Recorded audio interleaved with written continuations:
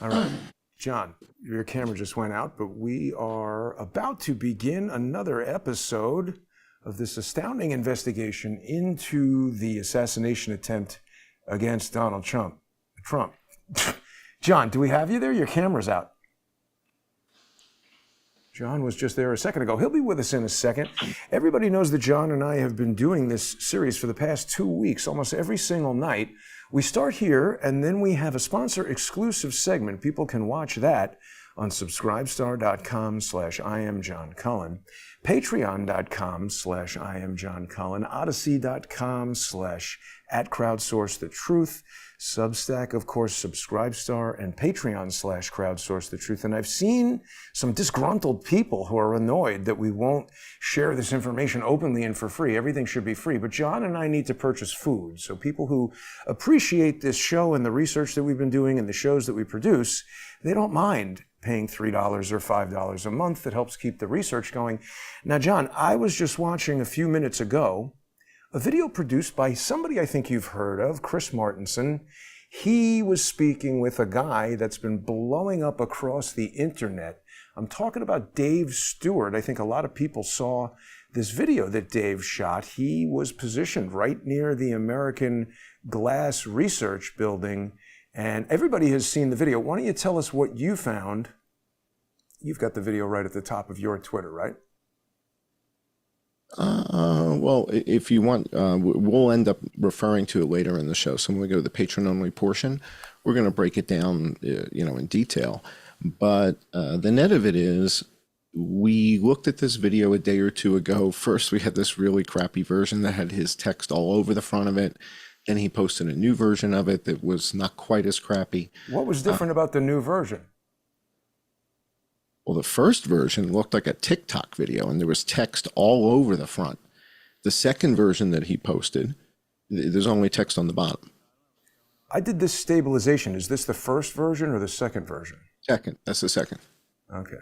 Yeah, and without that text, it would stabilize even better. And this is only 1280-720, so somewhere Dave Stewart is going to have a higher resolution, lower compression, and unmolested version of this video that I really would like to see. I think there's a lot more critical analysis that could be done to this with the original video. But you found stuff in here. Tell us what you found.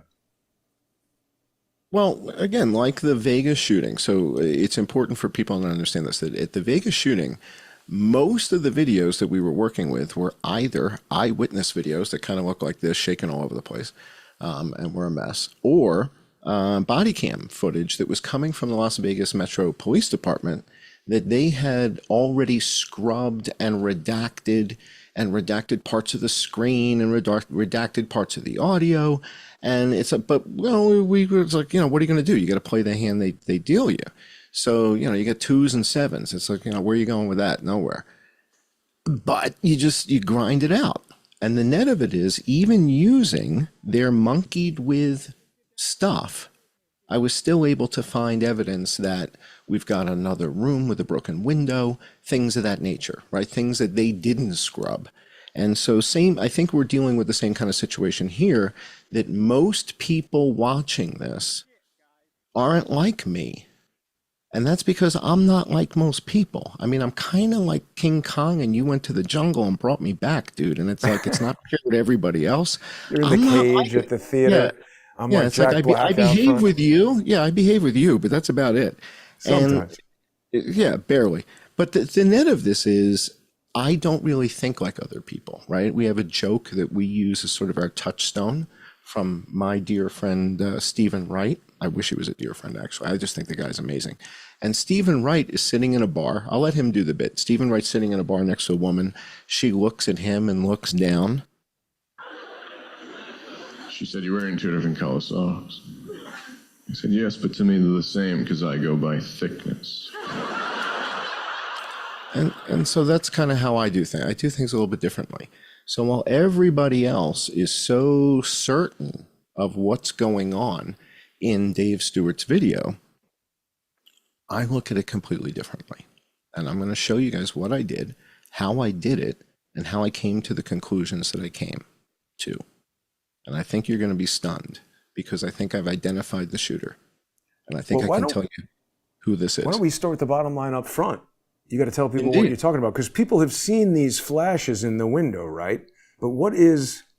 Oh, let's go to the deck. I'll show you guys from the deck. Yeah. So let me kind of set it up from the deck, and then when we go to the Patreon only portion, we're going to be going through a number of videos, and I'll tell you guys what the videos are going to be. But let's start with the deck, and the deck kind of tees it up and explains the process. So you should have that PDF somewhere, right? It's coming up. Okay. So originally, we had video taken from pretty much straight on the podium. I put a video together. I count out the shots. 1, 2, 3, 4, 5, 6, 7, 8. And I hear this other thing right after this 5, 6, 7, 8. And then I hear, psh, I'm like, what the hell was that? And I denote that in the video. Chris Martenson uses this video as sort of the cornerstone of his first video. And, you know, from this, I think they did the audio analysis. I think Mike Adams did the Audacity from this without ever audio. mentioning you, by the way. They don't say, hey, this is John Cullen's video. He put this together. No. They don't care that. Yeah, interesting point. Sorry. And by the way, you know, at some point tonight, maybe when we go to the Patreon only portion, I'll ask you to do an advanced search and show everybody all the times I've tried to get Chris Martenson's attention about COVID, and he just ignored the guy who built the mapping system. All right, so net of it is the original countdown of 1, 2, 3, 4, 5, 6, 7, 8, and then what was this last shot that was like 8 seconds later? All right, so that's what we thought was happening. And that's not what was happening. And Brett Weinstein said something to me when I did the interview with him about a week ago Friday, and it just kept sticking with me, And he said, we see the puff of smoke on the railing at the same exact instant we hear the bang. He says, shouldn't there be some delay? I was like, you're right. And this is what got me looking for shots that we couldn't hear. And you and I started exploring something called 300 blackout subsonic suppressed. And we started getting specific and looking into it. We watched videos of guys shooting it, and it was like, wow, that's pretty quiet. And the reason is because an AR-15 and 223, they don't make subsonic ammo. You can't go subsonic with a 223. So if you're going to shoot something subsonic, it needs to be a round that can go subsonic. Well, 22 long rifle, but that's not what they're going to use. See, this is why details are so important, John. See, I don't know anything about guns, but I see what Chris Martenson is doing. He's talking about a video. He's calling it a film. He's looking at the roof. He's identifying that as crooks. This guy is jumping to conclusions. I like where you're going with what you're saying here. All right, so the net of this is one of the things that I guess I'm coming or becoming somewhat famous for is the mea culpa, which is where I tell everybody how I got this wrong, I got that wrong. And that just goes with having Asperger's. It's like I don't really have much of an ego. I'm ready to being reasonable. Hang on now. That goes with being reasonable. You're not married to an outcome. We're just looking at evidence and wherever it goes. If somebody's in the trees, if somebody's in the room, if it's a police officer shooting a subsonic gun, we didn't come up with this. We're just looking at the evidence.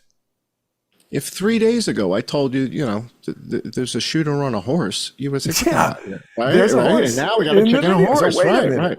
Okay. So, guy's up a tree. Exactly. Could be anything. Right. Sounds nutsy. All right, so let's go to the next slide. Let's go to the next slide in the deck. And one of the things that does become evident in his video is the wind speed. Stewart. Dave Stewart's video? Okay. Dave Stewart's Why video. is that? So, what about it does that? He points his camera at the flag. And so we can see this flag blowing similarly in the video as Trump is talking. And that's a big deal. All right, because that means a lot of people are like, how did all these guys miss? Too windy. That's how they missed. Because so let's understand this. Is this like flying a drone? If it's this windy and you're out to shoot and it's not, we have to kill somebody, you say, this is just pointless, we're not going to do it today? No, but again, it's like if I went to the range and it's blowing like this and I'm shooting across that wind from the build. So you got to understand the building's out to the side there, right? They're shooting across this wind. Which way is the wind blowing the bullets? Away from his right ear. It could change at any minute, right? It doesn't change. It's a steady breeze, and it's blowing 10 to 12 knots towards the stage, meaning as the bullet comes to the president's right ear, the wind is blowing it away from his ear. And so these guys are trying to figure out how much windage or how high they're trying to aim into the wind and curve the bullet towards the target. And they're not getting it because it's tough to shoot in 10 or 12 knots of wind. I'm familiar with flags because when we shoot, we put flags up. This is the first thing you do, is you put up the flags, and it's the last thing you do is put the flags away. So I'm used to reading flags. When I see a flag this size blowing horizontally, that's 10 miles an hour of wind. That's a 10 mile an hour breeze. So if you get a 10 mile an hour breeze and he's shooting across it, that's maximum deflection. So that's what saved the president's life. One click on the scope, if the shooters had a scope, I can't tell yet, or it's just the wind. So that's what this is all about. So the net of this also, let's go to the next slide, because the next slide is what I used for the photogrammetry. So this next slide is almost a perfect top-down parallax ideal view for photogrammetry. Yeah, I would bet that's the reason the person shot it this way. Well, they flew the drone over, and they know to get some of this. Right? So go to the next slide. And what I did was I laid that in to Google Earth. And in laying that in with Google Earth, I was able to share some of my stuff with a gentleman on Twitter who was just an absolute rock star. And so if you guys have ever seen like the sketches that they do when they're making a film, that they'll do like, what do they call what they're called? The storyboard, right? Storyboards, yeah. All right. So we had a show with Lee Stranahan the other day, and in order for me to be able to communicate with Lee in storyboard type form so that Lee and I have something to work off of, I needed a sketchbook. I needed a sketch pad of my own to be able to meet with Lee and say, hey, can we do this here? Can I move this there? If we put the camera here. So I want to show people, let's go to the next slide.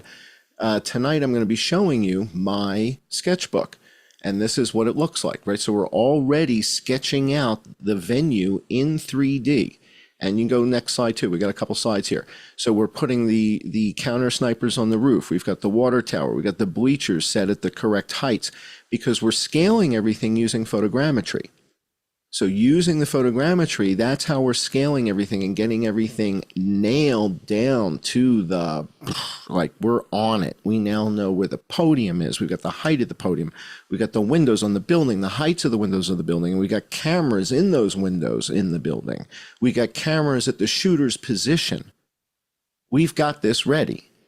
All right. So now Lee takes Unreal Engine and makes this look like what it looked like. So this is my sketch pad. This is just to be able to pivot so that I can get on a Zoom call with Lee and say, okay, I got the guy in the white shorts is here. So in fact, this camera that you see now, this image is taken from, let's see, which one are you at? Now that's where David Dutch and Copenhaver were.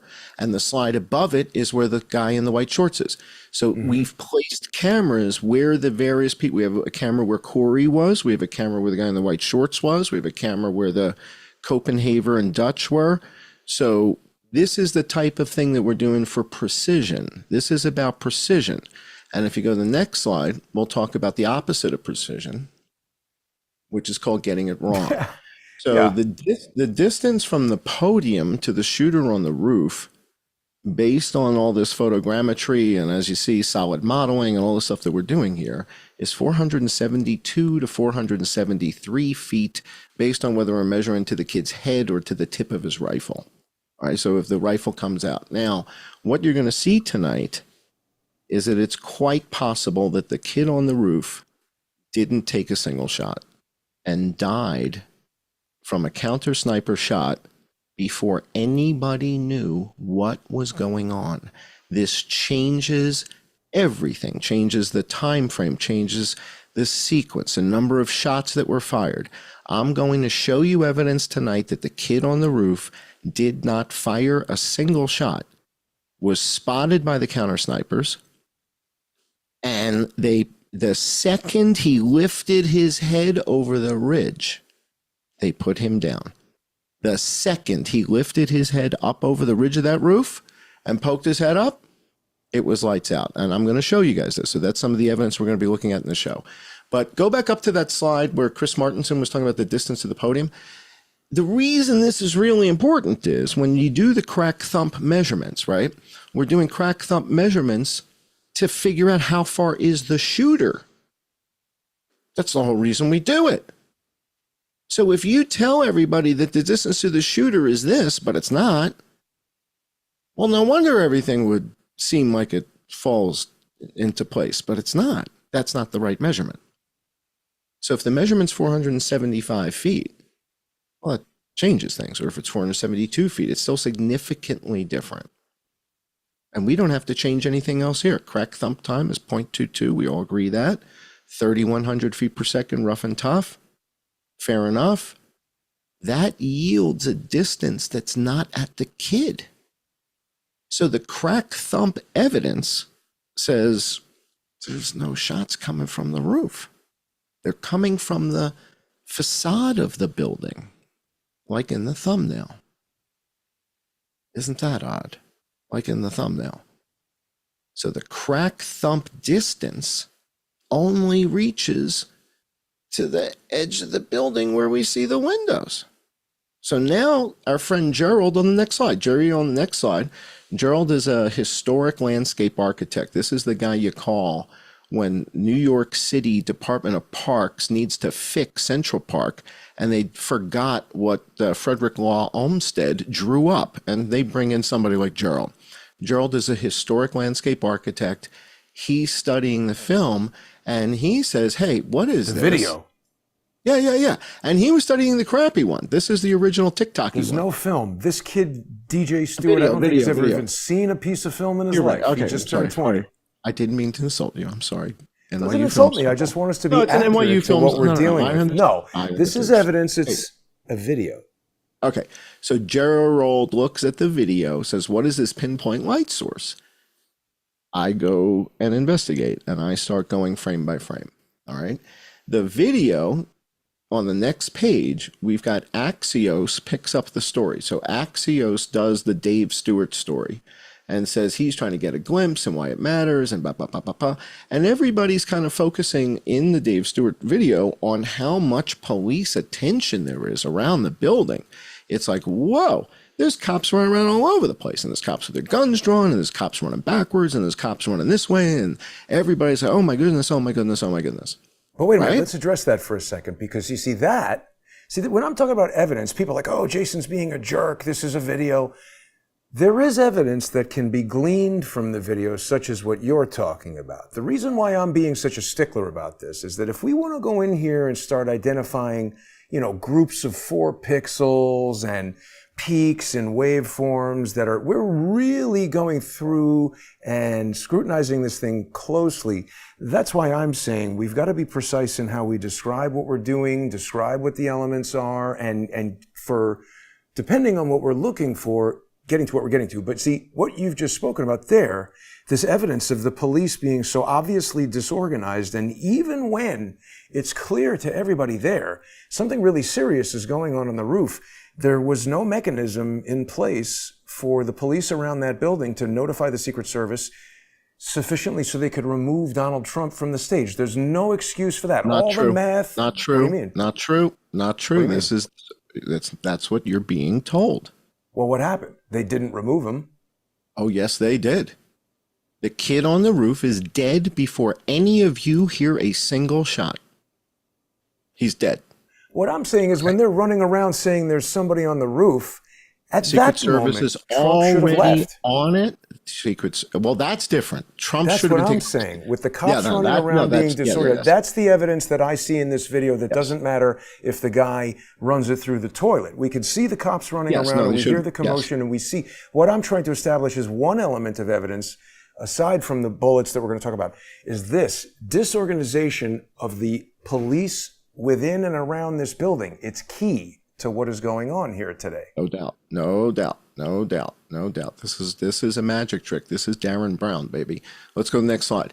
So our friend Dave Stewart, who spent his time today with somebody else instead of us, posted a new version of the video. And in the new version of the video, he doesn't have TikTok crap all over the front of it. So we are able to get slightly better images. But as Jason points out, it's still not what we're really looking for, because I can't really raise anything up in the shadows. And if I had the real stuff, we might be able to work with the shadows there. But the net of it is, we certainly do see an anomaly. Now, the issue is a lot of the big mouths are saying, yeah, but there's no gunfire at that time. And this is why we go by thickness. All right. So I don't measure like you morons do. I measure differently. I do it differently. And I'm better, quite frankly, because I solved the Vegas shooting. And none of you dipshits did. Nobody mentioned the helicopters, right? So everybody sit down and shut up. Let's go through the next 4 slides real quick. Bang, bang. I actually remembered that joke. Funnier than it actually is. If the girl said to him, you know, your socks don't match, and then he said, I go by thickness, that's funnier than saying the color doesn't match. But anyway. Yeah. All right, so let's look at these next 4 slides. So again, these are 4 different frames taken from the video. This is not proof of anything. This is evidence of something, right? There's evidence. And what we're going to do when we go to the patron-only portion of the show is I'm going to show you how I was able to correlate this with silence gunfire that nobody else has heard. Now, I think that other Ginger Frankenstein, the one who makes the pills all day, he's sitting there cranking out what chlorophyll Mike pills. Adams was commenting. Adams. This is actually very interesting. He brought up yesterday silenced gunfire. Well, we've been talking about 300 blackout subsonic silenced for what, a week now, right? We're watching videos, so of course it's going to catch on. But yes, he did talk about it, and I've got it. And so when we go to the patron-only portion, we're going to be breaking down the Dave Stewart video at 1/10 speed. And at 1/10 speed, we pick up the silenced shots. And there are about a dozen of them, maybe more, meaning there's not 9 shots fired. There's about 20 shots being fired. There's a number of shots being fired before anybody knows a shot has been fired. And that's because it appears they're shooting at the snipers. The snipers then, the second the kid on the roof pokes his head up, boom, he's gone. He's out of there. End of story. I do not believe a single shot comes from the rooftop, and the crack thump audio supports that. When we get to the patron-only portion of the show, I'm going to show you my hypothesis on who I believe is in that window behind that gun, and how we could have this person arrested tomorrow because this person has an identifying characteristic that I am going to divulge on the patron-only show.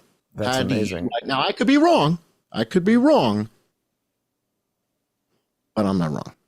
Stick with us. When we get to the patron-only portion of the show, you guys are going to fall out of your chair. This is Darren Brown territory, and I know Darren Brown. I'm John Cullen. We'll be back with our patrons in just 5 minutes.